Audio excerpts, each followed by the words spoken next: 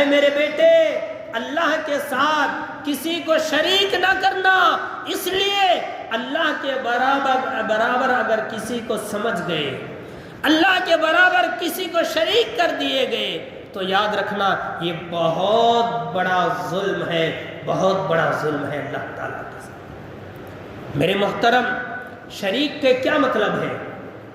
اللہ کے برابر شریک کا کیا مطلب ہے؟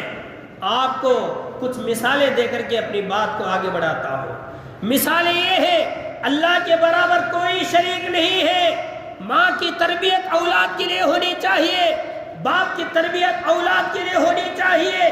اللہ رب العالمین داتا ہے، اللہ رب العالمین شافی ہے، اللہ رب العالمین شفا دینے والا ہے، اللہ رب العالمین بیماری دینے والا ہے، اللہ رب العالمین مصیبت کو دور کرنے والا ہے، اللہ رب العالمین پریشانی کو دور کرنے والا ہے، اللہ رب العالمین ہمارا مددگار ہے، اللہ رب العالمین ہم تمام کا حامی اور ناصر وہی ہے، اس کے علاوہ کوئی نہیں ہے۔ چاہے بندہ جو بھی کرے، اولاد کو یہ وصیت دے کہ اے میرے بیٹے اللہ کے برابر کسی کو شریک نہیں کرنا۔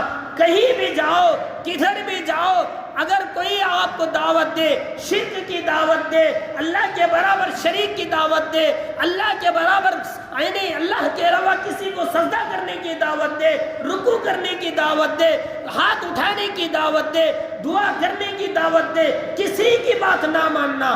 اللہ تعالیٰ وحدہ لا شریک ہے، وہ اکیلا ہے۔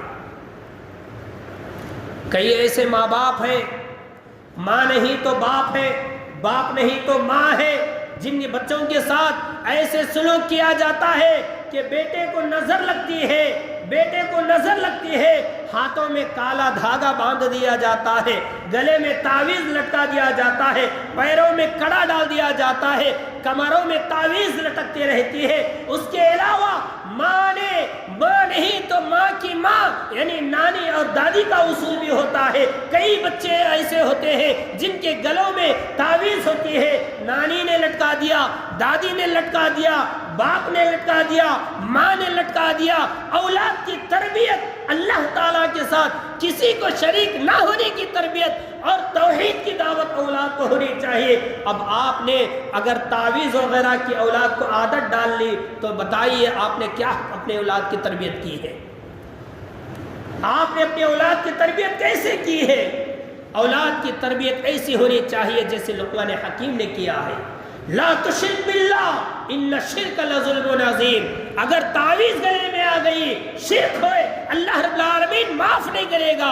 اگر دھاگا گلے میں آ گیا، کمر میں دھاگا آ گیا، ہاتھ میں دھاگا لپیٹ دیے، پیر میں دھاگا لپیٹ دیے، تو یاد رکھیے اللہ رب العالمین کے برابر شریک ہے، شرک ہے، ظلم ہے۔ اللہ رب العالمین اس کو معاف نہیں فرمائے گا جب تک اللہ تعالیٰ کے سامنے اس سے